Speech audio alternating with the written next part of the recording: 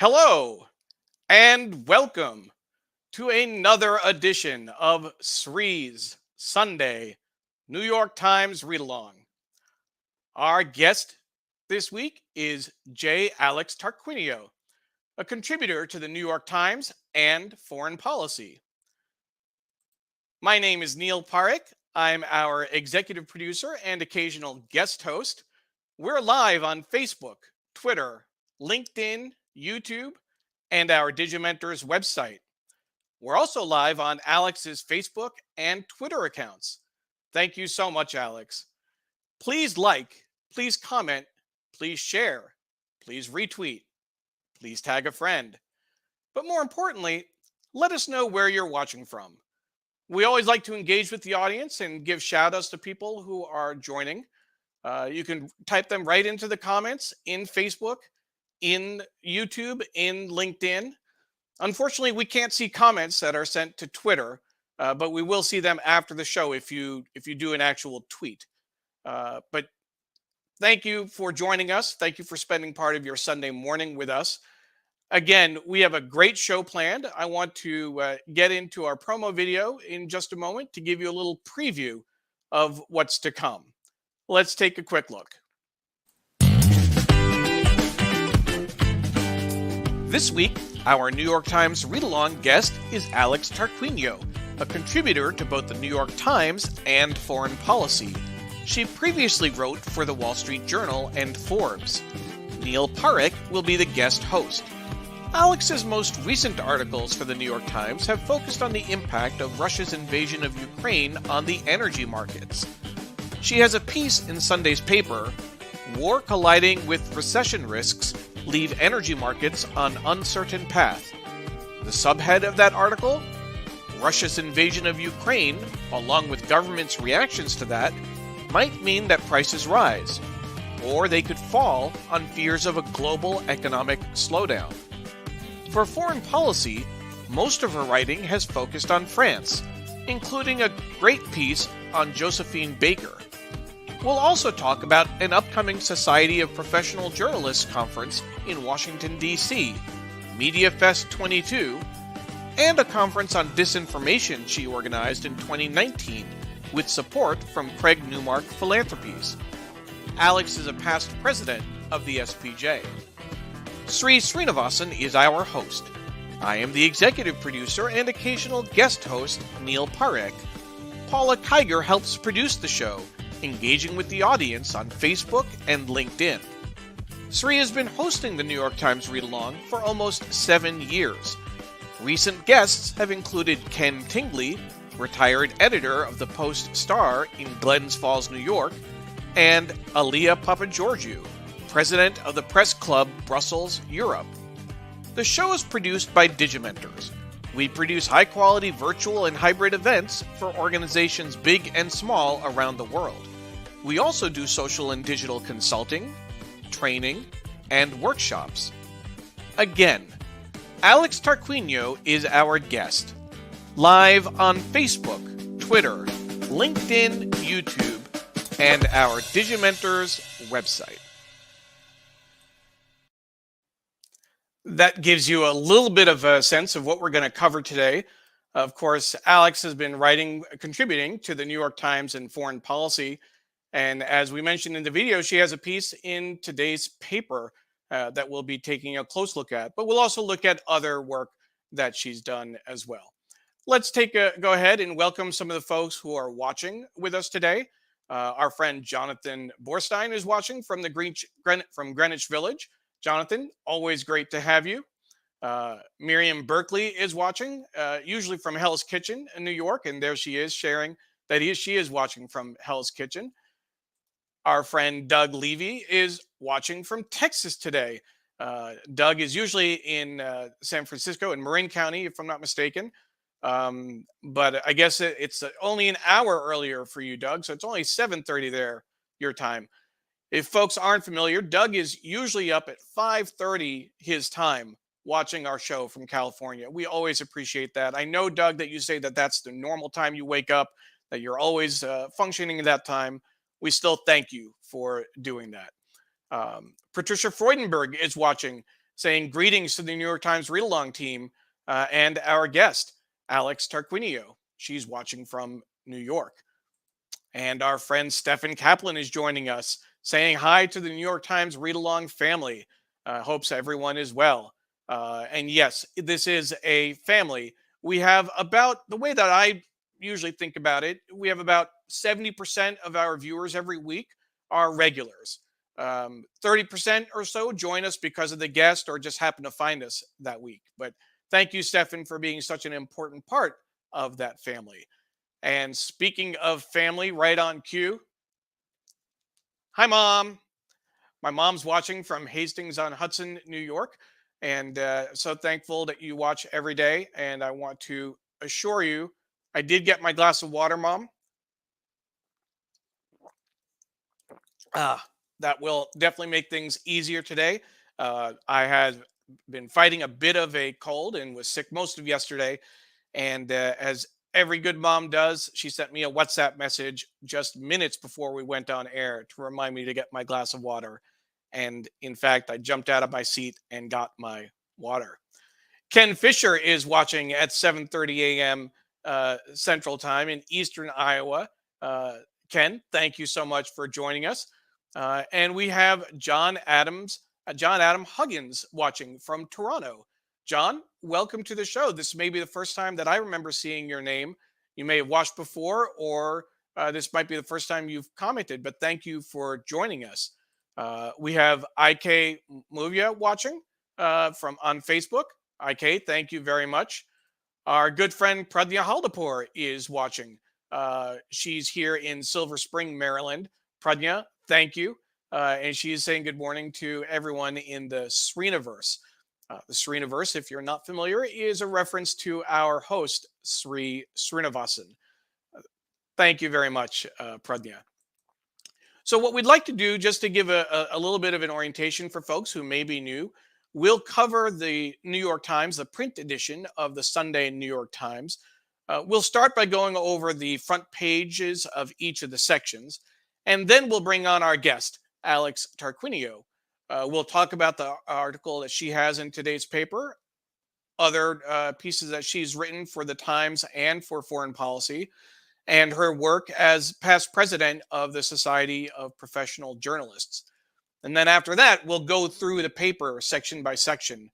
Uh, just a casual conversation among friends, as if we're passing sections back and forth, whatever comes to mind. It's not a quiz show, but if something catches my attention or catches Alex's attention, we'll dive into it and take a look. We also want to make a point to thank our production team.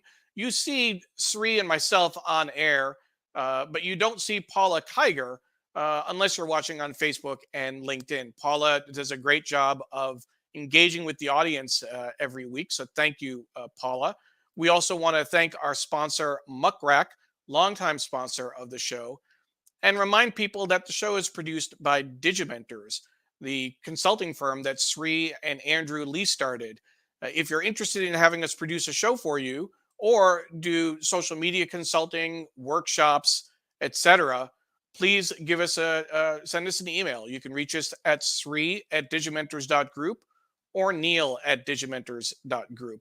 We'd love to work with you on a hybrid event, on a virtual event, or even in-person events if you need help. Please reach out and let us know what we can do for you. With that, I'm going to bring it back to our last comments. Paula Kiger is watching, usually in Tallahassee, Florida, but today she's in Long Island City, and she has Soumya Grover with us. She's an intern for Digimentors. Soumya is saying good morning as well. Soumya, thank you so much for all of your work that you're doing for Digimentors. So with that, I'm going to pull up the paper and let's take a look at the front page sections in today's paper. So with the lead on the right-hand side, we have Democrats quiet on aid victories as prices spiral, fearing GOP attacks, trillions to buoy families in pandemic become midterm weapon. So they're keeping quiet about all the work that they've done to help families. Seeking office, veterans lean into Trumpism. Skepticism runs deep on war and January 6th. And this is an interesting piece. We actually talked about this when we had Ann Nelson on the show. Veterans that the GOP has recruited, uh, and a broad range of veterans, women, people of color, who are very conservative, who are running. So we should check that out if you get a chance. The display story is one of those stories that's really gonna make you pause. The lives of three women brutally lost in Bucha, and I'm not sure if I'm pronouncing that right, in Ukraine. Survivors, then victims, in a city ravaged by Russia. You can see that display story there. Below the fold, amid New York's housing crisis, progressives warm to developers. And on the right hand side, we have they made each minute count to avert pandemic dip in math. This is actually a story based in Meriden, Connecticut. It's just after lunchtime, and Dory Montano's fifth grade math class is running on a firm schedule. I noted the date line because I went to school in Middletown, Connecticut at Wesleyan University. Um, also, also where Lin Manuel Miranda went from Hamilton fame, but that's just next door. Meriden is just next door to Middletown. So that's what we have on the front page, and we'll set that aside for just a moment. We have the business section. So we'll take a look at this, the dominant photo and the headline: "The rent revolution is coming. Inflation keeps pushing housing costs higher. Tenants are angry. They're also getting organized." So we'll take a look at the business section, and that's where Alex's article will be later in the show. The Sunday opinion section looks like an apple with a worm in it. "It's not just you. America's mental health crisis isn't just about feelings. It's about money, power, and politics too. The fight for better mental health isn't about mental health care. Do you need a correct attitude to understand your mind? A conservative therapist speaks. Teens aren't broken, our society is, and people are showing up at therapy without knowing why." So, Sunday Opinion looks like a whole package of stories about mental health. Sunday Styles. Uh, this is an interesting article. This is the top half of the picture. The bottom: Pilates moves to the courtroom. The workout's instructors are being drawn into a legal dispute over who can use photos of the founder and some of his teaching materials. The article is made by Catherine Rossman, who was a guest on the show about 2 years ago, maybe even 3 years ago. I remember when Sri went to her house and did an episode in person. That's what we used to do in the before times, before the pandemic. Arts and Leisure, The Passenger, an excerpt from Cormac McCarthy's new novel, his first in 16 years. That's interesting. We have the T Magazine, New York Times T Magazine, The Greats. Uh, this is always a thick magazine. I think it comes out monthly. The book review, Gods and Monsters. With his first story collection, Illuminations, Alan Moore works his subversive power on a small scale. And the New York Times Magazine cover story, it's the culture issue featuring Kate Blanchett. So that's what we have in the paper today. It gives you a sense of what's to come. We'll get the business section ready to go because we're going to turn to it fairly quickly once we bring on our guest, Alex Tarquinio. Again, our guest is Alex Tarquinio. She is a contributor to the New York Times and Foreign Policy, and we are so glad she's with us today. Alex, thank you for joining us. Good morning, Neil. Thank you for inviting me. Absolutely. We're so thrilled to have you. When we want to jump right into it, what we do when we welcome guests, now it's been 2.5 years, but we do want to be grounded and kind of understand where everyone's coming from. Over the last 2.5 years, how have you fared with the pandemic, with COVID? Oh, We hope health has been okay. We hope your family has been okay, but can you please share with us? well, we've been very fortunate. We live here in New York City. I think you've mentioned. We're actually based near Columbia University. during the pandemic, we were all pretty much on lockdown like most people. It was it was a struggle. I mean, I think you have a lot of watchers in and around New York. I know you've got people from all over the world, but it was a little bit of a voluntary lockdown on our part, and that we didn't get out much. When we did, it was horrible. People may remember there were at the peak in, say, April 2020, there were constant ambulances. Uh, I did see people being taken out of buildings and all that, but we stayed very safe. This year, it really is starting to feel almost normal again. But as there are some stories in the paper today, we're going to get to, it's not entirely normal. The pandemic is still with us. We still need to be, careful. And so that's where we're at. Most people are still working from home.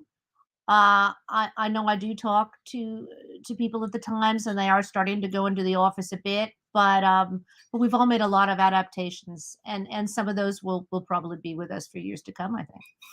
And you're a contributor to the Mhm. Times and Yeah. Foreign Policy. Mhm. So do you go? You don't go into the office No, no, necessarily, right? I do work from home, so I feel like in a way the rest of the world has sort of come to me, to my way of working in the last couple of years. But I should actually point out I have worked in newsrooms very Sure, often in the past. sure. I don't want to make it sound like I've always worked from home.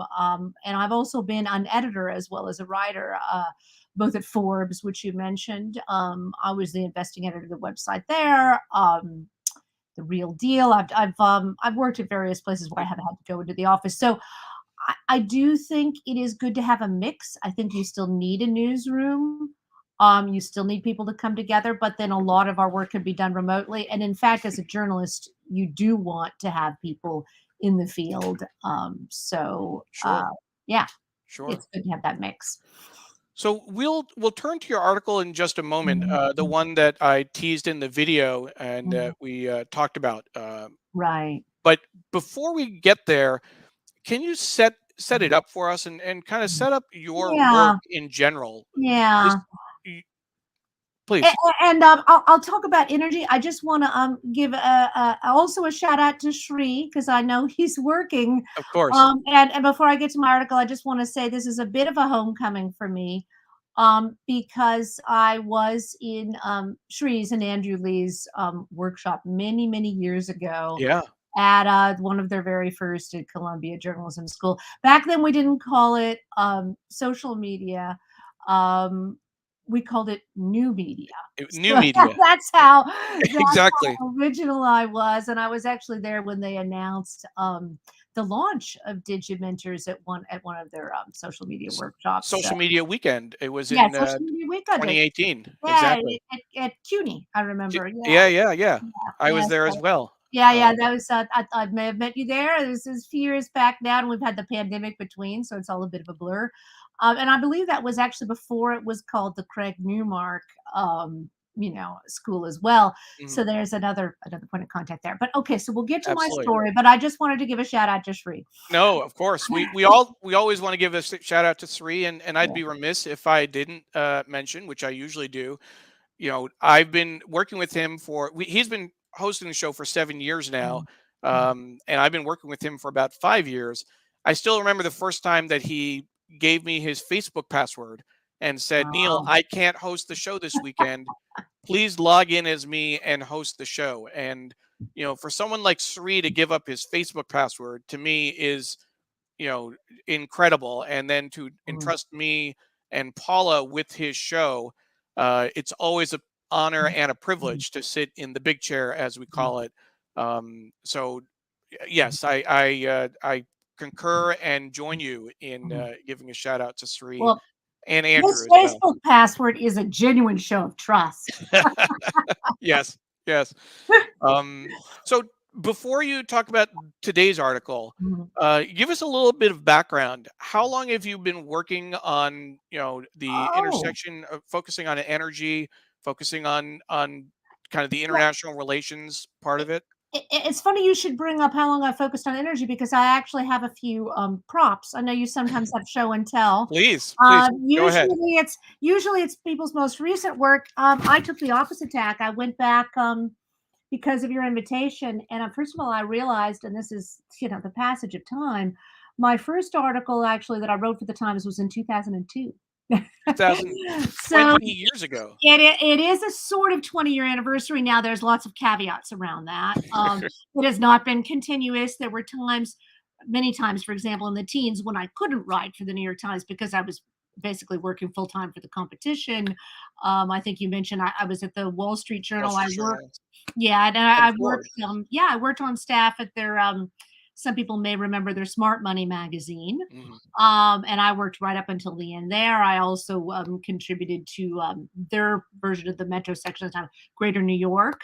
Um, and I've also covered commercial real estate over the years. So I worked Real Deal and some other places. So it was not continuous. I don't want to sound like I'm a 20-year veteran of the Times, Sure. but it is a 20-year anniversary of sorts, because my first story was almost exactly 20 years ago. But Now, do you have that first story, or do you I remember what that don't have was? that story to tell you because it was not energy, but I pulled up. There were actually a bunch of energy clips.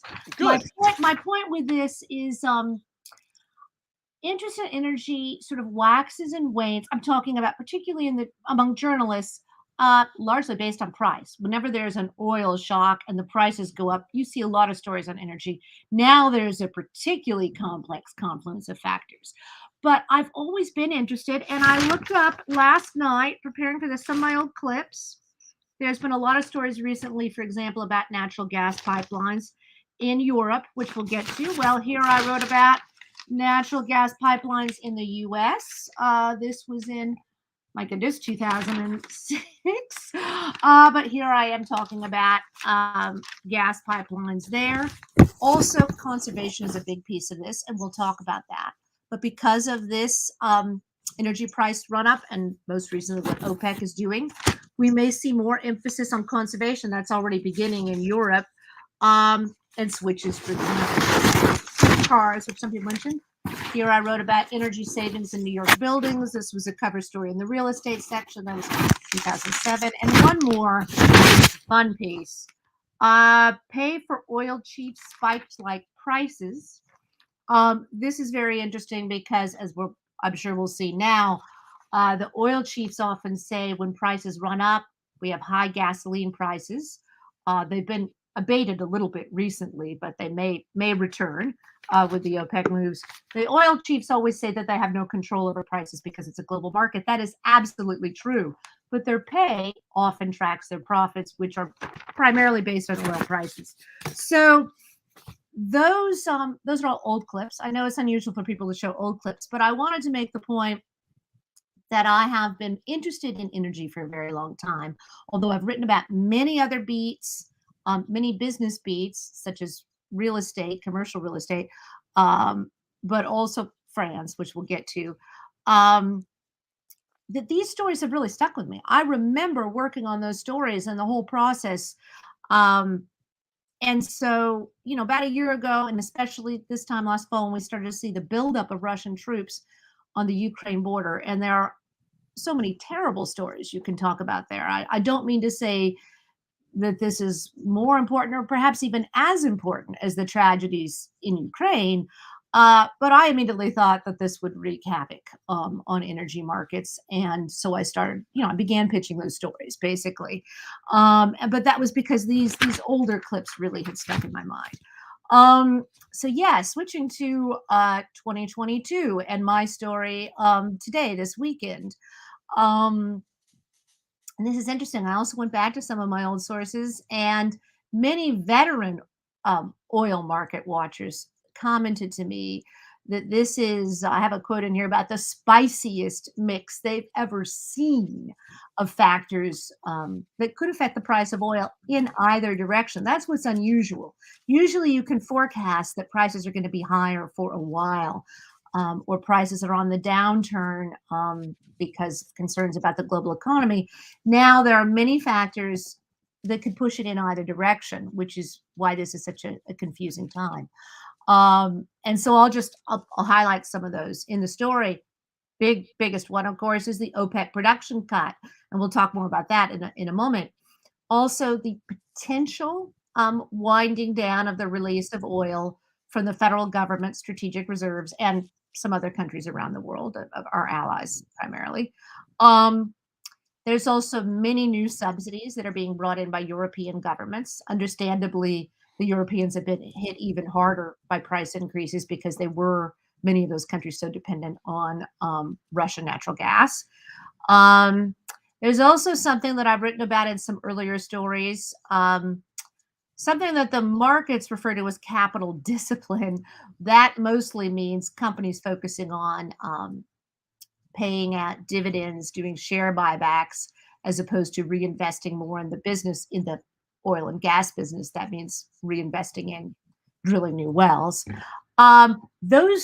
Those factors, each and of themselves, could lead to higher energy prices in the near future. But there are other factors that could lead to lower prices. Um, for example, fears of a recession.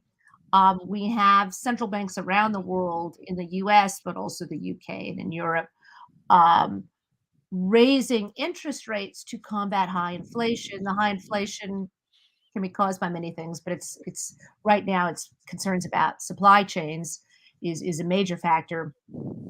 So So um, let's take a yeah, quick that look. can lead to lower prices, also energy rationing if prices get too high, and of course, the other thing we'll get to talking about, I'm sure, is the, price cap plan, proposed by the G7, the price cap specifically on Russian, oil in the global market. So those So could all lead to lower prices. leading up to today's story, Mhm, here are the stories you've written this year. mhm, Energy ended up as a good bet last year, but now what? Oil prices soared in 2021, giving a boost to stocks of energy companies. With the world shifting toward mhm, greener alternatives, don't count on that trend continuing. mhm, From January and April, energy funds lead again, but Ukraine war makes future uncertain. mhm, High oil prices have lifted the shares of energy companies, making the best performing sector among funds in the first quarter. This was right after the war mhm, started, mhm, uh, in late in end of February, if I'm not mistaken. mhm, Energy was the only bright spot in the stock market's gloom, but Russia's war in Ukraine creates uncertainty about where energy funds will go in the second half of the year. And then that brings us to, and the interesting, just in terms of the way that the Times works, and other papers as well, the headline online: mhm, war colliding with recession risks leave energy markets on uncertain path. Russia's invasion of Ukraine, along with governments' reactions to that, might mean that prices rise, or they could fall on fears of a global economic slowdown. mhm. When we look at what's in the print paper instead, and we'll take this, the way they put it there, taking all bets on energy prices, and Yeah. then they You know, move that subhead underneath: Russia's continued aggression and global reactions, along with fears of an economic slowdown, make predicting the market's direction dicier than ever. Um, is the way they put it. that's what's so interesting about a show like the New York Times read along, because many readers won't notice that difference in headline. They'll read it either in print or online. Most people will not be comparing them side by side. And I mean, putting aside the actual content of the story, the writing of headlines is a very interesting art. I mean, it is part art and part science. And I think many of your watchers will probably know that the writer has nothing to do with the headlines. Of course, of And I'm course. not giving away any secret sauce here to say I saw several different headlines in the editing process as it went from editor to editor, none of which were either the headline that appeared in print or online. So Sure. this is one, and that's uh, true with all stories, maybe even more so with a complex story like this. Um, and actually, having been, not at the Times, but an editor elsewhere, I have had to write headlines in the past. It's the editor, I think most of your watchers probably know, it's the editor that writes the headline. And of course, first of all, you do have a different staff on the print hub at the New York Times and online, but also print headlines are a real art form because you have to fit a certain character count. And I remember from being an editor, I did edit a print publication too. Um, it could be extraordinarily frustrating. You'd have exactly the headline you want, and it was 1 or 2 characters over. Sure. So it really forces you to focus the mind that way. On the other hand, on online, you're worried about SEO, search engine optimization. You want to get as many of the important concepts in the headline as possible because that's often how people will find the story. Whereas when you're flipping through the paper, as we will be doing, you see the headline, but you also see the deck, you see the first, paragraph, the lead, and you have more information, the photograph, even possibly the byline, if you're familiar with that writer. You have more information in the paper that you don't necessarily see online, where it's really the headline that brings up the SEI. So there's a real art form to Yeah. online and print headlines. Serendipity when we're looking at the print edition is what we talk about. You fall on an article, you probably wouldn't have searched Mhm. for it. It may not Mhm. have come up in your feed, but it looks interesting as you're flipping by. You may as well read it. I know there's a Mhm. Twitter account that tracks the evolution of the headline online for various Mm. articles, and it'll show you what the new headline was. In my experience, what I've seen oftentimes, the headline that is on the online version of the article Mhm. is usually the headline on the jump. If it starts on A1, for example, the headline will probably be Mhm. shorter because of space, Mhm. but the inside headline is actually the same headline that's on the main web page when on the Mm. web version of the article. Yeah, that's interesting when you have a jump. Obviously, on the business section here, we're looking at the inside business section, so there's no jump. But Yeah, often, yeah, you can have a longer headline on the jump because it's inside. Of course, it depends on the news. If you have a banner headline for really big exactly. news on the front, but it's a fascinating study, headline writing, and there are some people who are exceptionally talented at it, Absolutely. some editors. So getting back to the article, you mentioned the quote, and I'll go ahead and move. Mhm. Yes. Um, and I can lead you through some of the important high points of the article. Actually, having gone through the print and online, I'm going to look at it online. Um, there were some great sources, including one source in here that I had wanted to talk to for a long time, and this turned out to be the perfect story. But the first source here, Tom Closa, he's someone I have interviewed and quoted before, and he's the one who talked about this being a spicy bouillabaisse of ingredients. He's followed these markets for decades, and he said this was the most complex mix of factors that could lead to higher and lower prices he's ever seen.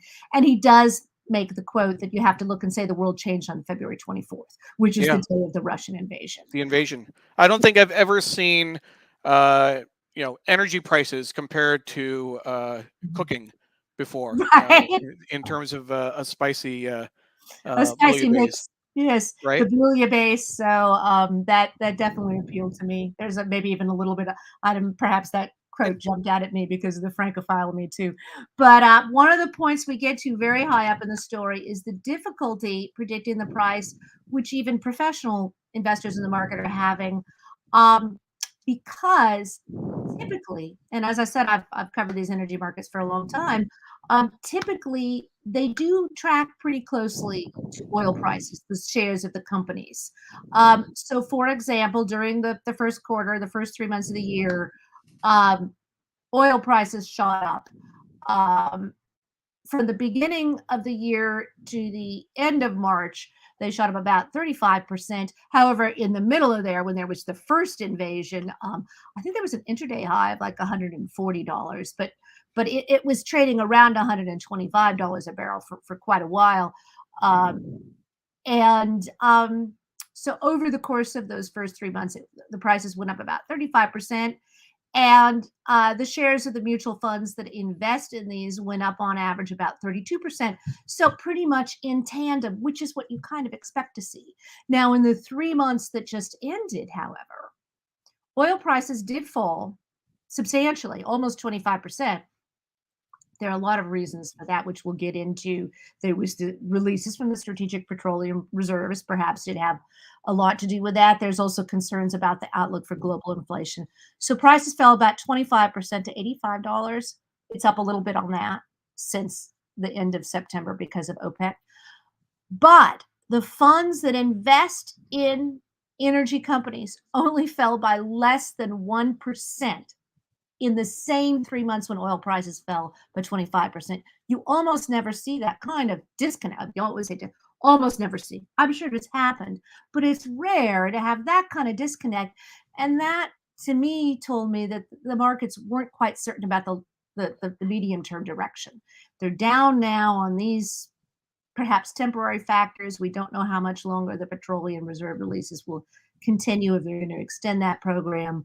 But the markets aren't ready to say they're going down that much. So that we get into the uncertainty pretty The hard. uncertainty is the key. Yeah. It's you Yeah. can't predict where it's going. Yeah. That is the big key to the story this week. Um, we talk a little bit about the price cap. That's really a new concept. This is the price cap agreed to by the Group of Seven Nations, which is the U.S. and the other highly industrialized nations, particularly Europe and Japan. Um, they have agreed to a plan to try to cap Russian oil. um, and just to briefly summarize that, the idea is that Russian oil would still be allowed to flow on the markets to those countries that aren't blocking it. But it would be limited to a certain price, which is still to be said. It would be somewhat above the cost of production, but below the prevailing global prices for oil. Um, and the idea of enforcement of this is really an untried concept. What they're trying to do is, some people have called it a buyer's cartel, as opposed to OPEC, which is a seller's cartel. Um, the idea is that whatever this price is set up by the buyer's cartel, they would be able to see the price of those shipments, because the shipments are all insured. There's a small number of insurers, mostly based in the UK and the EU, and most of the shippers are also based. So they get the bill of lading that says um, how much that oil has been sold for. Some skeptics have said it will be difficult to enforce this. People might have side payments, obscure payments. Whenever there are embargoes, um, there are people who will try and work around those embargoes. And there are even things like ship to ship transfers to obscure the origins of the cargo. But the proponents of this have said anything that sort of slows down the transactions for Russian oil, makes it more expensive, more difficult to do, would impact Russia's income from oil sales, which of course are one of the big sources of income for the government and help fund its war on Ukraine. So there's a lot of talk on that, but because it is untried, that's another uncertainty as to what impact that'll have on the market. Got it. Yeah, so that's again another source, because it is sort of a new concept. It's another source of uncertainty. Um, Another thing is the suspected sabotage on the Nord Stream pipeline. Now, this is going from oil to natural gas. The now famous Nord Stream pipelines, two never opened because of the Russian Sure. invasion of Ukraine. But Nord Stream 1, the attacks on both 1 and 2 that we saw, last month, and whether that could be a new type of hybrid warfare, there's still a lot of questions swirling there, of course. So Um, I want to, before we move yeah. on, I want to say hi to a couple folks who joined us after we did the last round of hellos. Chitachi is saying good morning from Fort Lauderdale. Thank you, Chitachi. And Ron Thomas is saying hi from Dubai.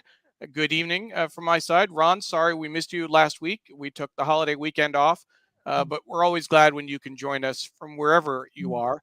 Our friend Rahadian is watching from a new apartment in Bayshore, New York. Thank you, Rahadian. And Apollo is watching from a gray Philadelphia. Apollo, thank you for joining us. And Rahadian notes that it's not always sunny in Philadelphia, apparently. And that's the insight for today.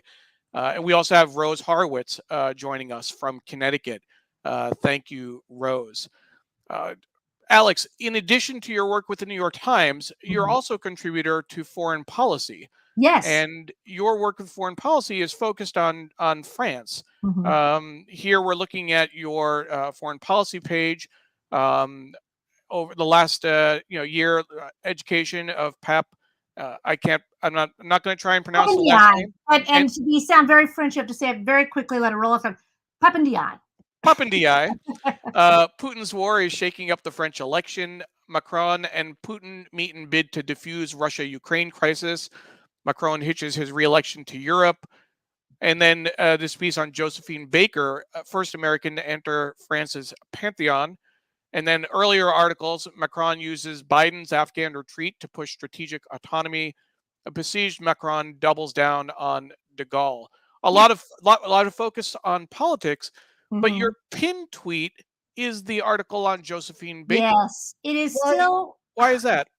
it's one of the stories dearest to my heart in really now decades of reporting. Um, and um, not to gush too much, but I mean Josephine Baker is an absolutely fascinating.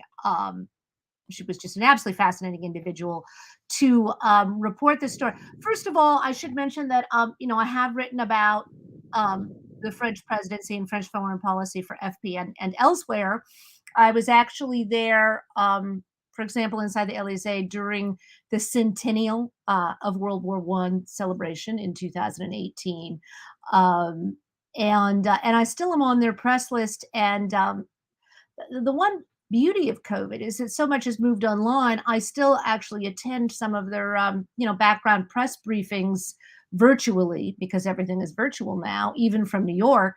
So I got the announcement that Josephine Baker would enter the Pantheon, which is their just terrific monument in the middle of Paris to their most honored dead. The vast majority are French. Obviously, Josephine Baker became a naturalized French citizen, but she was born American, so she was the first American born to enter.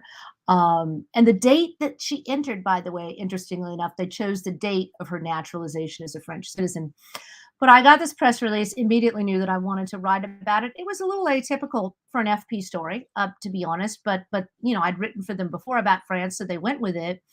Um, the piece actually ran on the eve, so she was inducted on November 30th. It was just an amazing ceremony that I watched online, but we ran it the day before. But I had many details about the ceremony from the press briefing by the French presidency's office, the Elysee. Um, and She just had a phenomenal life. You know, from being born into real poverty in the United States and having to deal with the worst racism earlier in the last century to making her name on Broadway as a chorister to going to Paris to teaching herself French. And I watched to prepare this article. I watched many of her interviews in French. Her French was exceptional for someone who had learned it as an adult. I mean, she obviously lived there for many years. Um, and She also did become somewhat of an icon for the social justice movement back here in the United States, even though she lived the rest of her life in France. When once she settled there in her 20s, she came back often. She was kind of a regular in New York. Here it was here that she met the woman who would become Princess Grace of Monaco. And they developed a lifelong friendship. And the story that I wrote, the piece that I wrote, ends on when she spoke at the historic March on Washington. She was there with her medals on her chest that she had gotten from her work in World War II on behalf of France, standing beside Martin Luther King Jr. on the steps of the Lincoln Memorial. So, you know, boom, how could you have a more powerful ending than that with her up there with the French Medal of the Resistance next to MLK um, on that day?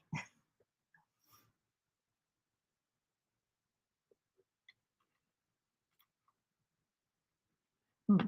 Well, having trouble hearing it, Todd. He's talking, but I'm not hearing Sorry it. about that. Can you hear me now? Okay.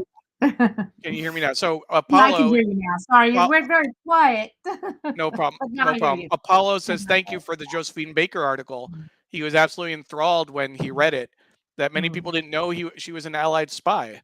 And Chitachi says phenomenal story. Wow. Rose adds on Josephine Baker, she has a phenomenal life, born into poverty, learned French, and became an icon in social justice, as you were Mm. remarking. Mm. So it is just, I just thought it was an interesting juxtaposition of all the other articles that you wrote, really focusing a lot on Macron and kind of French Yeah. politics. It's the article on Josephine Baker that is your pinned tweet.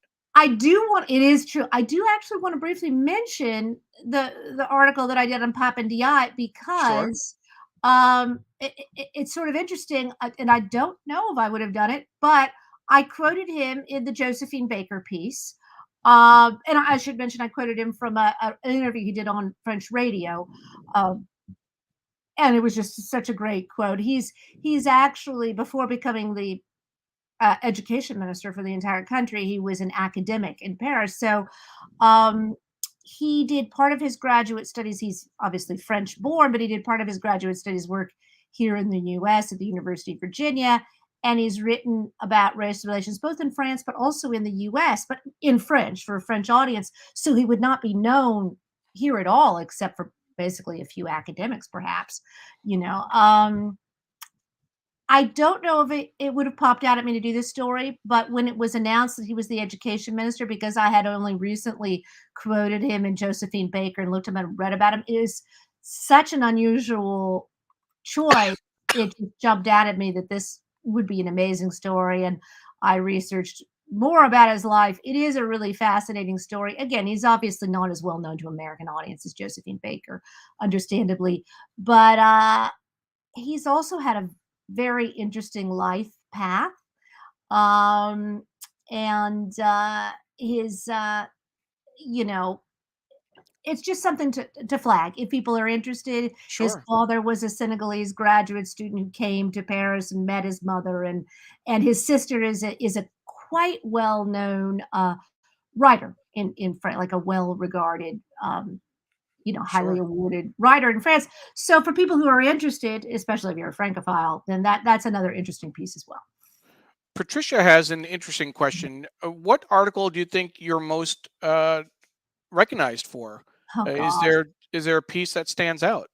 That's really interesting because I do have uh, unrelated. I mean, we just talked about I cover energy at the New York Times and France for FP. So I actually think it depends on how people know my work. And by the way, in an earlier life, I wrote about uh, you know conservation, like I said, I showed you the building story that I Yeah. did on Yeah. conservation. So I've also written, and this is again another leap. I've also written about Korea in the recent years. Oh, okay. That's another foreign policy beat that I've done. And we'll talk about this maybe in a bit, but I've been involved with the Society of Professional Journalists for a long time. I'm a past Yep. SPJ national president. We have a sort of sister relationship between SPJ and the Journalists Association of Korea, which is our counterpart there. And so during that year, I went to Korea. Actually, I've been a couple times now to Korea to their conference, much like our conference coming up. We visit each other's conferences, got to know people there. And on one of my trips there, I just happened to be there when it was announced that President Trump would meet with the president of or the leader, excuse me, of North Korea. It's not the president because it's not a democracy. And so I wrote a piece about that, and then I continued to write a piece. And people can look up. I mean, some of those are in the New York Post, by the way. Yep. There's a long story there. I knew someone at the Post who put me in touch with them.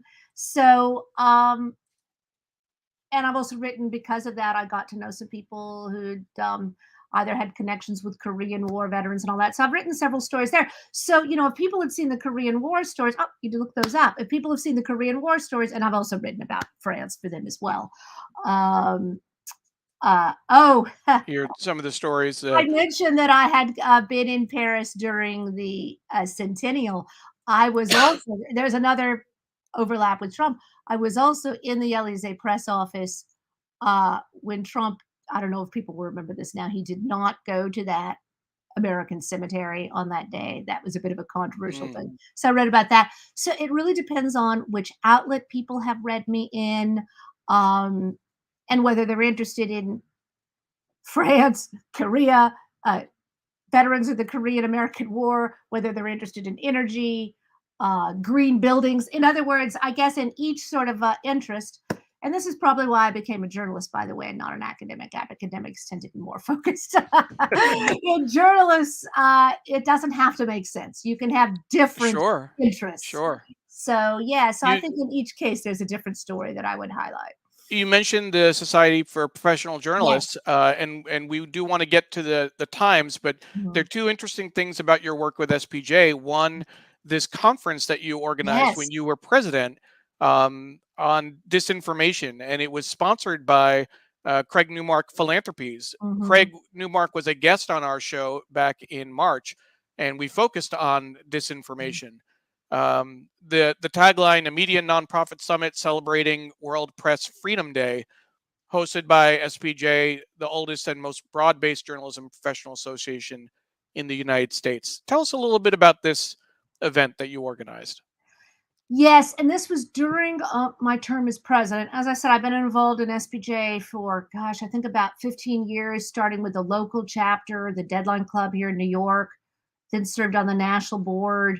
So I had some time to work up to this. And I knew that during my term as the national president, you're always responsible for producing a good annual conference. We have an annual awards show, but I knew I wanted to have one event that was kind of my signature event during my year.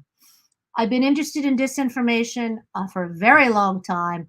Shri may remember, as one of our professors at Columbia when I was a student there at the journalism school, that I was interested in that when I was in his new media workshop. I actually wrote my thesis on it back then, actually about hate groups on the internet. I mean, that was when the internet was still considered new media. It was already a problem then. This is, I mean, I'm dating myself here. This was before social media. This was Sure, before Twitter.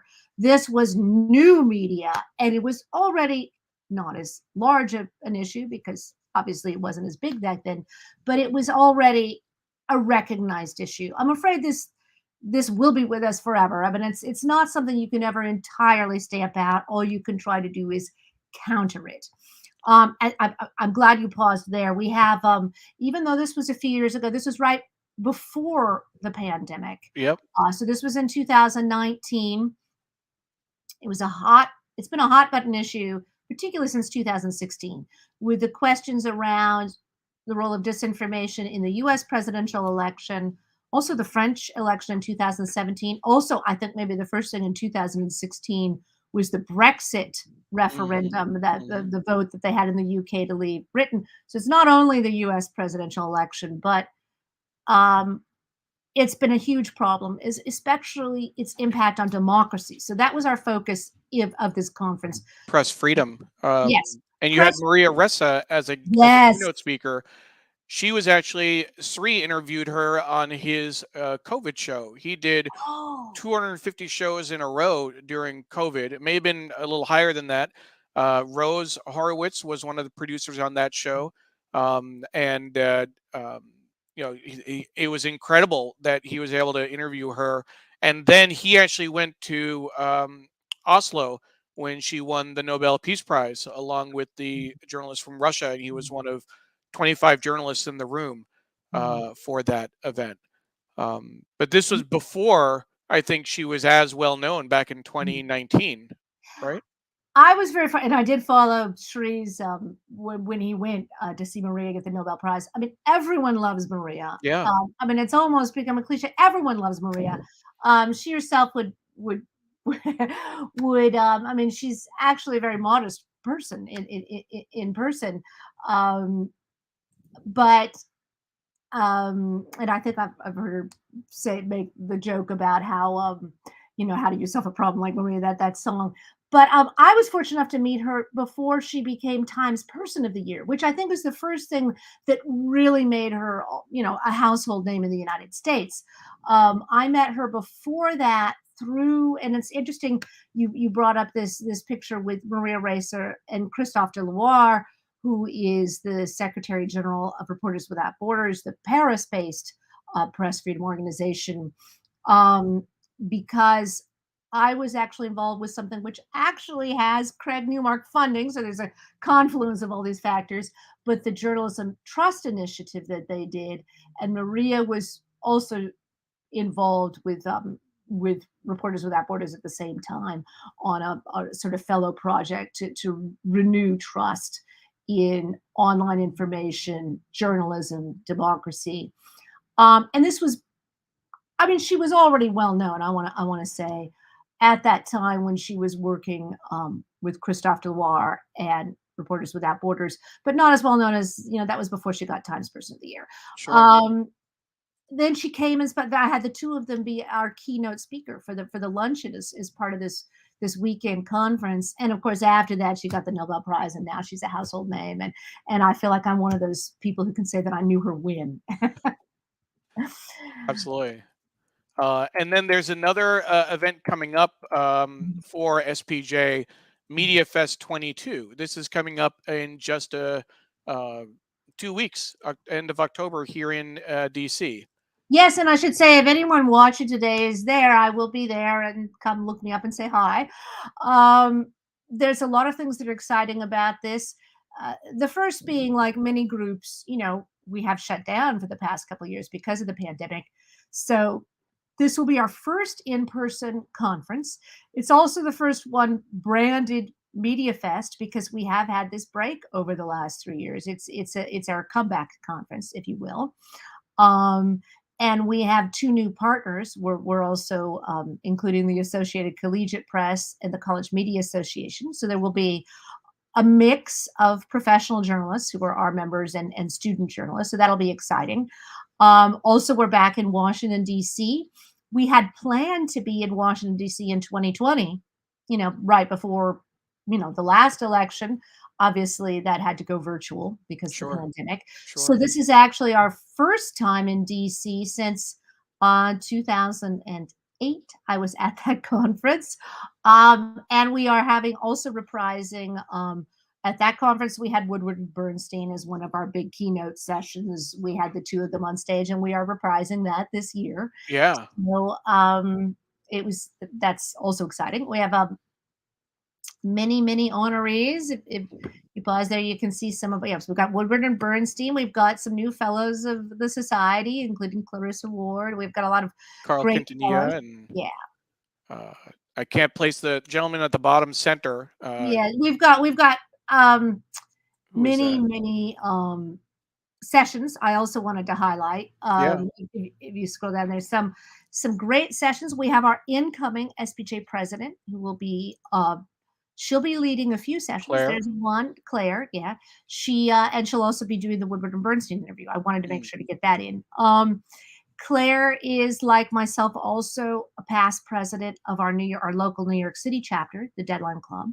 And now she's followed in that tradition of Deadline Club presidents who's That's moved back great. to national president. So I wanted to be sure to get that in. That, that's great. Looks like it's going to be an amazing conference. Mhm. And definitely wish you all the best for it. As a reminder for folks, our guest today is Alex Tarquinio. She's a contributor to the New York Times and Foreign Policy. She's also a past president of the Society of Professional Journalists. We are going to switch gears now and take a look at the newspaper in earnest. We had the business section open.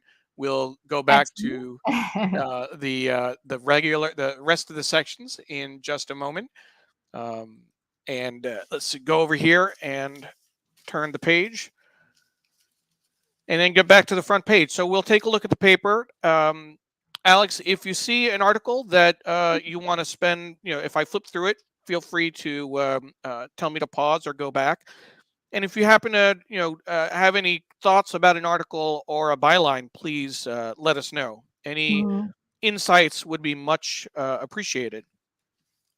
We took a look at the front page earlier in terms of this article about Ukraine and this the lead story on U.S. politics, two leads over there. But let's take a look inside. I always like the insider column, the Inside the Mm, Times. This one, a columnist keeps close to the plate.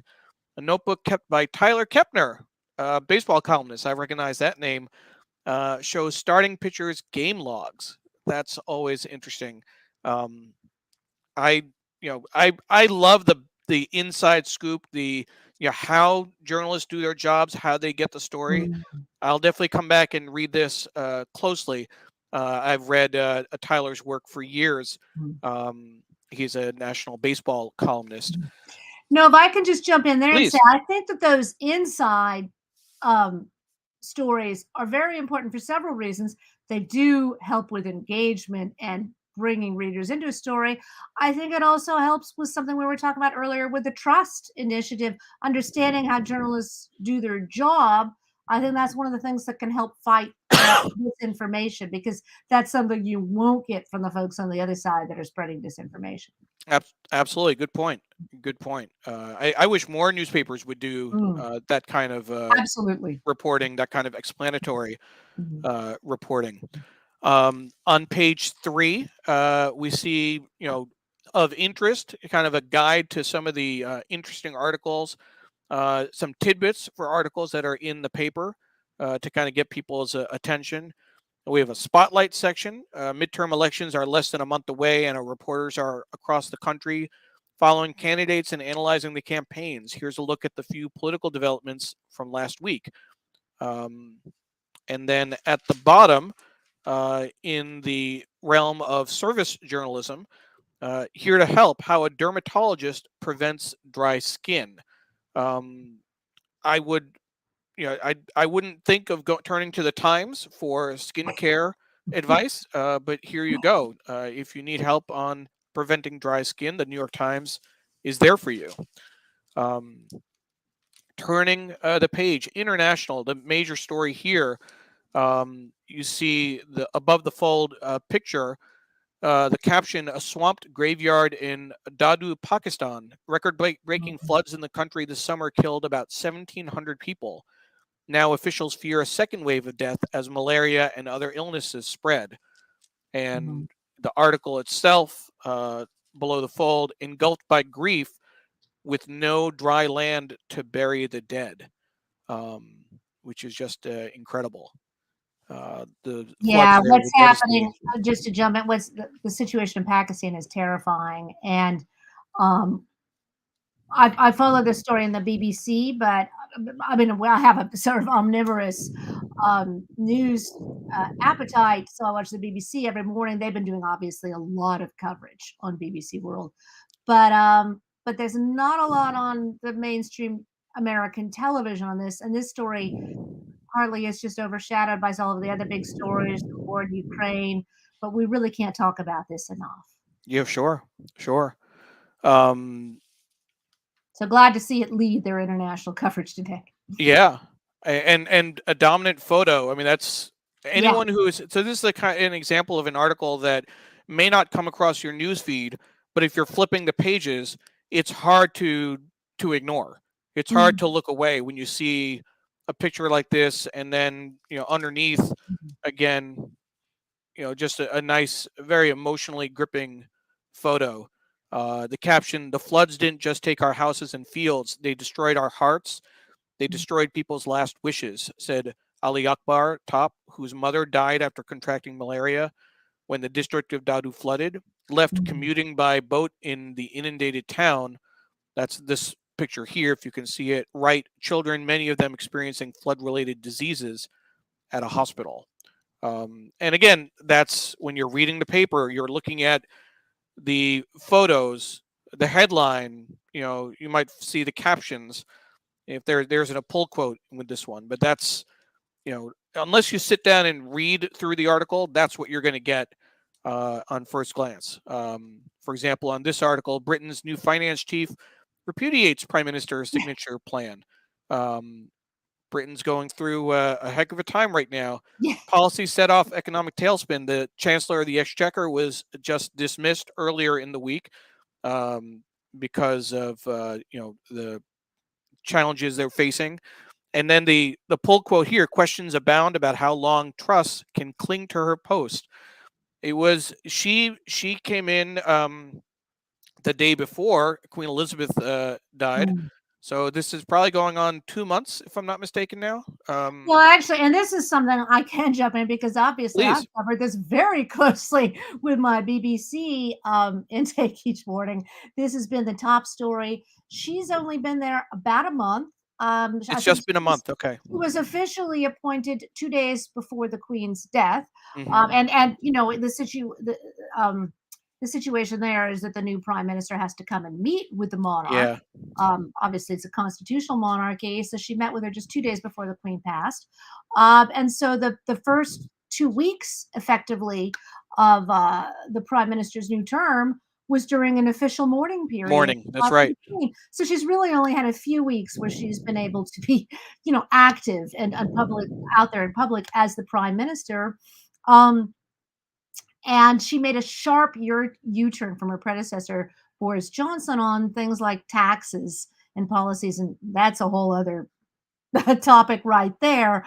But her finance chief, Kwasi Kwarteng, he was actually in Washington, D.C. at the IMF meeting, was hauled back early. A day early, he had to take the last flight out of D.C. To get back to London. And the news on the BBC is that he didn't find out until he got there he was being hauled back to be sacked, basically. So this is a sharp turnaround. Their policies of pursuing major tax cuts kind of been repudiated. And actually, I'd also watched the IMF press conference, in which case the IMF spokesperson said that this goes against what central banks around the world are trying to do with interest rate hikes. They are trying to reduce inflation, reduce economic activity, at least to the point of bringing down inflation. So, whereas what this man who was really only in office for a few weeks as finance minister was working in opposition. So she brought in someone new who's changed tack. This is actually related to many economic stories, including really mine today, because it has to do with global inflation, global prices, and energy prices. So it is, in fact, all related. Mm. Mm. Good point. We have other stories. This is the story about the 3 women in Ukraine. Mm. That was a continuation from the front page. We have an article here, again, ignoring condemnation. Moscow moves to cement for annexations. Let's see, what else do we have? Beijing battens down again, this time for communist conclave. Um, Now, this is interesting. I want to take a moment. We do try and pay attention to the ads on the read along because, again, the print ads, especially a centerfold 2-page, it's interesting who pays the real cost of a 500 billion public health crisis. And this is an ad from Dove. What you don't see below the fold, I'm going to bring it up here. Underage drinking, 28 billion. Distracted driving, 203 billion. And then appearance, hate, and discrimination. If you see here, Mm. I'll move that up, 500 billion. And the tagline, who pays the real cost? She does. New research from Dove reveals that the appearance, hate, and discrimination caused by toxic beauty standards costs Americans more than 500 billion per year, and young people pay the biggest price. Mm. Discover the real cost of this silent public health crisis in the real cost of beauty ideals, a groundbreaking report from Dove. Together we can end appearance hate. There's a QR code, and the image on the right is of, I'm guessing, a 7, maybe 8-year-old girl on a scale. The caption at the bottom, the asterisk, study conducted by Dove in collaboration with Deloitte Access Economics and researchers from the Strategic Training Initiative for the Prevention of Eating Disorders, a public health incubator striped at the Harvard Chan School of Public Health. Very interesting. I think that's just as interesting as any news article that we might Mhm. see, in terms of the content and the importance of that topic. As the father of a 9-year-old, girl, it's something that I think about a lot. Um, Flipping through, we have the Quite national rightly, section. by the way. Sorry. I said quite rightly, by the way. As a Yes. father of a 9-year-old girl, you should be concerned. Yes. It's we're getting to that stage. She's Mm, I mean, she has a great group of friends. We haven't seen anything to raise any concerns in terms of how they're interacting and what they're saying to each other. But we know that the next several years will be very challenging, mm, um, and we're paying attention. mm. Um, the national section: African Americans search for graves lost to history. Um, this is an article in Groveland, Florida. Um, and the caption: "I just want her to know that she has not been forgotten." Um, the restoration of Florida's old Groveland Cemetery began in 2021. Samuel Griffin's uncle, a World War I veteran, was buried there in 35. It's the right thing to do Mm. to show respect for our families that came before us.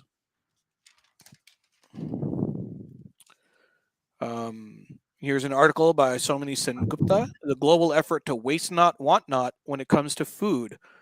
Uh, Left and center, Vu Vang collected donated food from markets in Fresno, California. Right, staff from Centro La Familia sorting food brought by Ms. Vang to be distributed by people who need it.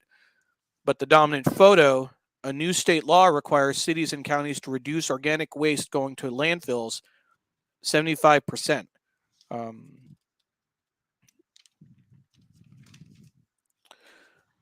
More articles here.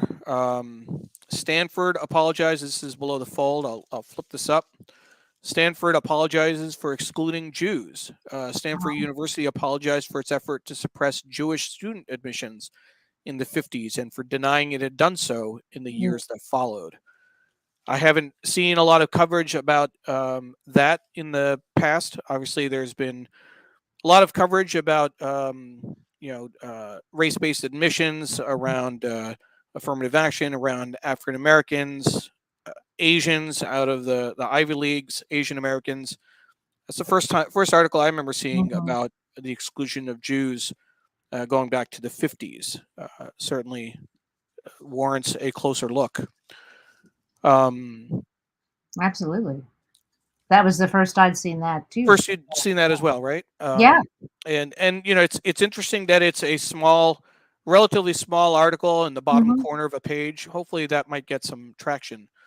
mhm. Um, as And it's White the House, kind of thing you might miss online, as you say, flipping through the paper, people aren't gonna be searching for that because they've never seen that story again, but flipping through the paper, you might fortuitously run across the headline and read it. exactly, Yeah. exactly.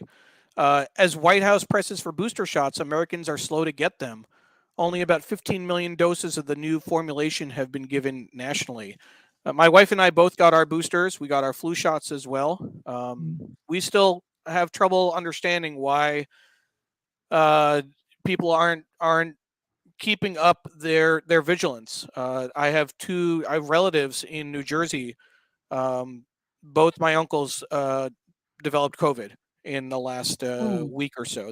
Oh, I'm sorry to hear that. They're You're hearing older. it more and more, though, about people, especially in the New York metro area. So, yeah, get your boosters. Get your boosters, please. And we're still, there are different waves coming around. We're still, we're still very careful, my wife and I, and our weakest point, I think, our point of vulnerability is our daughter going to school. Um, Mm, People are not wearing masks anymore. They don't have to in Fairfax County, because of our governor, Governor Youngkin. Um, and we're not certain, that we won't get it again. My wife never got it, actually. I got it last spring, but it's certainly something we're a little worried about. Um, that's the main part of the front section. An interesting note, just in terms of printing. mm, So if you see the second part of the front section, it goes about let's see here, 44 pages. The New York printing press at College Point can print all of this in one section. This paper, my paper is printed by the Washington Post. There are about 26 other presses, Mm. other partner newspapers that print the New York Times. The Seattle Times, for example, Seattle Printing Press in Arizona, they can't handle 45 pages, so they have to Oh. split it up in two. And I always think it's interesting because when you're flipping through the paper and you see this section, if you're just casually looking through, the article that's in that kind of second section Mhm. gets a little more prominence. Mm. It's not intentional, but this is going to get more attention than an article, say, on page 27 in the back, that you may not flip all the way to. So that's what we have in the front page. I'm noting that we're at 9:45. It's been a great discussion, and we spent a lot of time on the front section.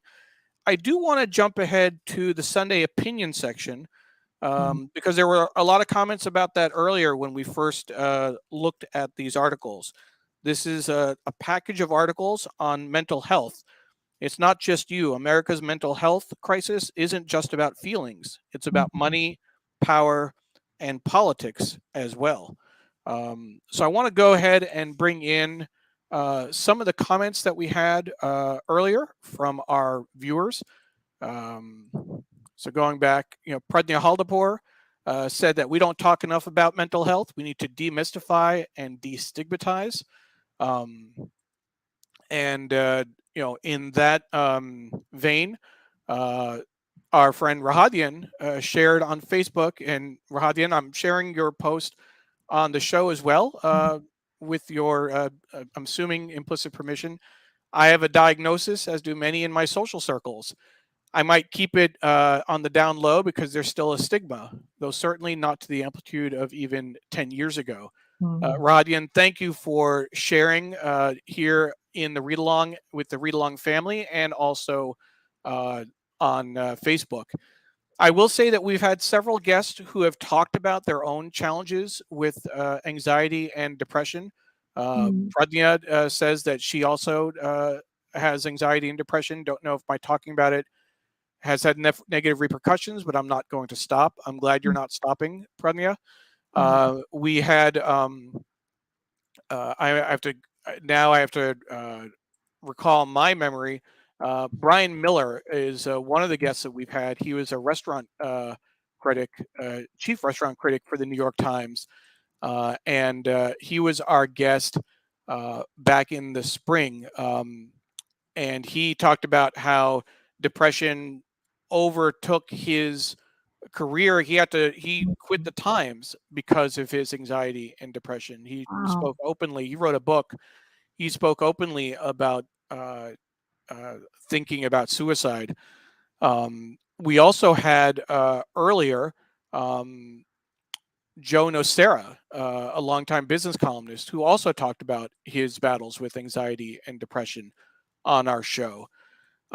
I've actually shared in those two episodes. Um, I've had my own issues with anxiety and depression, and you know, and I've also talked about.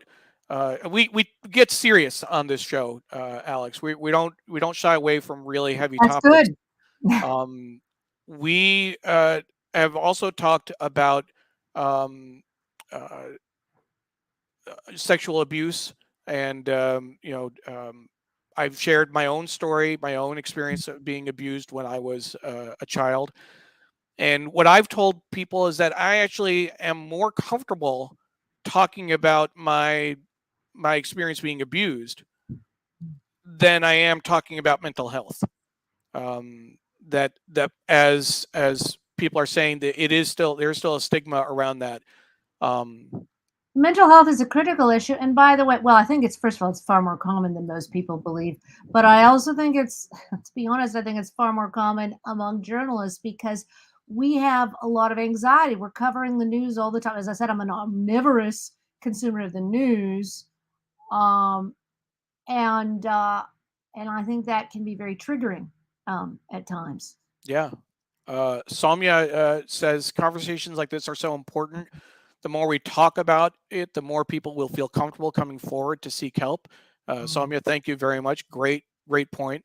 And Rahadian had said certainly the increase of celebrities recounting their own mental behavioral health issues is helping to reduce the reduction of the stigma. Absolutely. I think it's important that we share these notes. And our friend Apollo said that mental health is critical. When we say politics, we're not accounting for its weaponization and how the cornerstones of law and order policies. Stigma has been a boon for law enforcement, illegal drug prohibition, and enforcement budgets. Diana, who's in the West Coast and watching early her time, COVID has triggered anxiety in both of my children. There is a physical threat of the impact of COVID, but also a long lasting impact of it too. It drives me crazy when some say COVID isn't that bad. I bet my kids struggle with it for years to come. We need to bring mental health forward. No, I think for the children now, COVID is their 9/11. It seems each generation has their shock. Yeah. For those people who were, probably, I guess, the millennials, we'd say, and were young during 9/11, that triggered a lot of anxiety. And now COVID, this may be even more of an impact on them because it's affected classrooms across the country. We don't even we haven't come to terms with how much children have had to adapt because of COVID. It's been difficult, and I'll say that our thought, I think we were lucky. Fairfax County had a difficult time with remote learning the first Mhm, few months. They did much better in that second year, but we mhm, were, they were able to give out laptops to every kid here in mm, this school district. Not every school district could do that. And our daughter is, well read. She's reading above grade level. She's mhm, interested in school. She didn't, have have the difficulties that other students have in terms of mm, sliding back or keeping up with mhm, grade level. And when we were asked to whether or not, we want her to go to school or stay home when it was a choice in that mhm, beginning, we actually, our analysis was that when we were really worried about getting COVID and what it might do, mhm, we both have some health conditions. I have, asthma that flares up when I mhm, get sick. Um, we honestly thought that she'd be worse off mm, if something happened to one of her parents than if mm, she, had some impact on her social and emotional development or her academic. If mhm, she was a little bit of sliding, it mhm. was a trade off. We wanted both parents to be there for her for the long term, Absolutely. and that's certainly a challenge. My mom, who is a psychotherapist, Mm, as people are prejudiced and about the stigma due to mental health. We can easily talk about medical problems. If someone has an injury or is sick, you can still hear it in my throat just a little bit. It's a different story, but mental health is a very different proposition. So let's take a quick Neil, by look. the way, this is something Go we ahead. have in common. My father was a psychotherapist, and I think those children make good journalists because it prompts you to think about people's motivation, what makes people tick. Absolutely. Let's take a quick moment. We're approaching the end of the show, but I just want to take a closer look at some of the stories that we have in the opinion section, Mhm, um, that prompted a lot of discussion. So this is really interesting. It's the whole opinion section, mhm, and I hadn't looked at it beforehand. With a big introduction in a huge font. mhm, Um, you don't usually see an article like this, and you have a table of contents down the left-hand side with mhm, a full range of articles. Part one: we are aware and unhappy. Mental health is political. How do we turn symptoms into words? We have reached peak mental health. Who is going to therapy in America? And then part two: inside and outside the doctor's office. The forgotten lessons of the recovered memory movement. Therapy for people who can't go to therapy. Part mhm, three: power, politics, and feelings. The deadly collision of racism and mental illness. That's a huge issue where cowboys are learning to talk about their feelings. Conservatives need therapy too. The failed quest for community mental health centers. That's by the editorial board. And then part 4, your mind and what's around it. Teenagers are telling us something is wrong with America. Does going to therapy make you a good person? And when Facebook broke my brain. I am impressed by this huge special section with the graphics. Again, this bottom, large font, making it easy for people to read. I'm curious to see how they presented this online, with some really good, interesting graphics, long articles. Who is going to therapy in America? Some portraits. 1, 2, 3, like 5 different portraits of who's going to therapy. Very, very interesting. Very, very deep as well. This one is where cowboys are learning to talk about their feelings. So 6 portraits of cowboys talking about mental health. You see 3 on the top and then 3 more at the bottom. It looks like cowboys includes cow women or cowgirls. I guess that's not a cow women. Absolutely. So it's the generic term, cowboys. This is conservatives need therapy too, but do they need it from someone who shares their worldview? And the poll quote here, do you think Donald Trump made everyone go crazy? That is certainly I was just remarking the other day to my wife that we survived Donald Trump. I couldn't believe that we did, but we survived. This section reminds me also of the many Phelps ads we see on TV. I mean, he had 20-some medals. I mean, you really can't be more successful in your field than Michael Phelps. And I remember, getting a lot of pleasure actually watching him swim, which sounds crazy. You're watching someone swim on TV, but just because he excelled. It's an advertising campaign, but it does remind you that even people who are extraordinarily successful in their field can still struggle with mental health issues. And Paula noted the paragraph marks, which I saw that as well and didn't say something, but the big paragraph marks in that text was interesting as well. So, thank you for letting us go through that. I know it's putting us a little bit behind schedule. Alex, I want to give you a little break. We're going to make a few quick announcements, and then we're going to ask you to come back for a final word and a pro tip for journalists based on your career and your experience with the SPJ. So we'll give you a little bit of a break, and we'll come back to you in just a moment. Again, my name is Neil Parekh. I am the executive producer and occasional guest host for Sri's Sunday New York Times Read Along. It's always a pleasure to have you join us wherever you're joining from. And if it's the first time, your first time joining, know that we do this every week at 8:30 a.m. Eastern Time. We are celebrating 7 years of Sri's Sunday New York Times Read Along this month rather.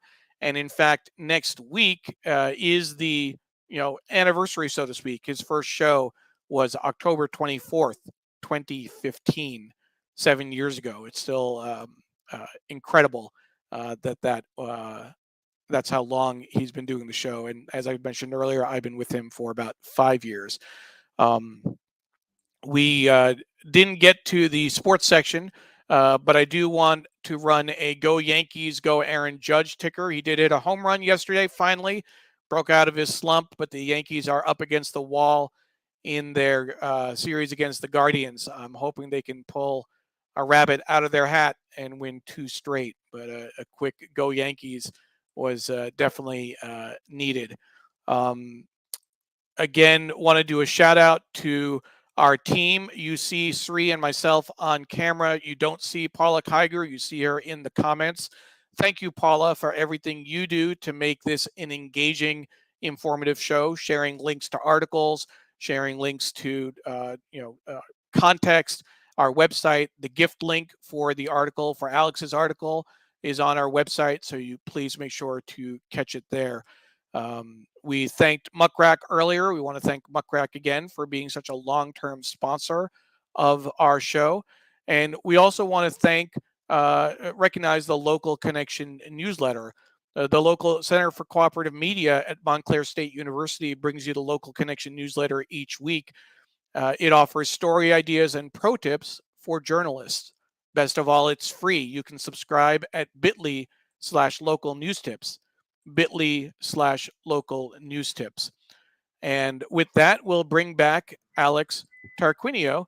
Alex, you have a pro tip of your own for journalists. Please share. Okay, well, this may sound a bit hokey, but it is Sunday morning. Um, Salespeople have an expression to always be closing. Um, I would say always be connecting. And connecting means connecting with newsmakers, connecting with potential sources. But it also means, I guess, connecting the dots, really.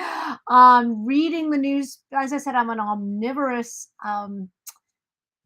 consumer of news, but I also have to draw connections. I have many different interests. Connect the dots between those interests, and then form the connections with the people who are important to those stories. Thank you very much, Alex. And as a reminder for folks, if you're joining us late, you can watch the show on Facebook, on Twitter, on LinkedIn, on YouTube, on our website. We are also live on Alex's Facebook and Twitter accounts. As soon as we're done, just a few minutes after we finish the program, you can watch it from the very beginning in case you missed the Excellent. opening of the show. I want to catch a few comments that we didn't get to earlier. Laura Silverman is joining us from Philadelphia. Thank you, Laura. Laura is a former guest on the show.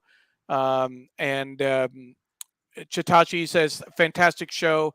Thank you to Neil and the team for the production. So thank you, Chitachi. We appreciate it. Diana says, great show as well, and that she learned a lot. Really appreciate your support. Again, Alex, thank you for being our guest this week. It was a great review of your work in various fields, not just energy, but also working on foreign policy, on France, Korea, your work with the SPJ. It was a great review. Well, thank you so much for inviting me. It's really been a pleasure. Absolutely. Thank you, everyone, and we look forward to seeing you next week. Have a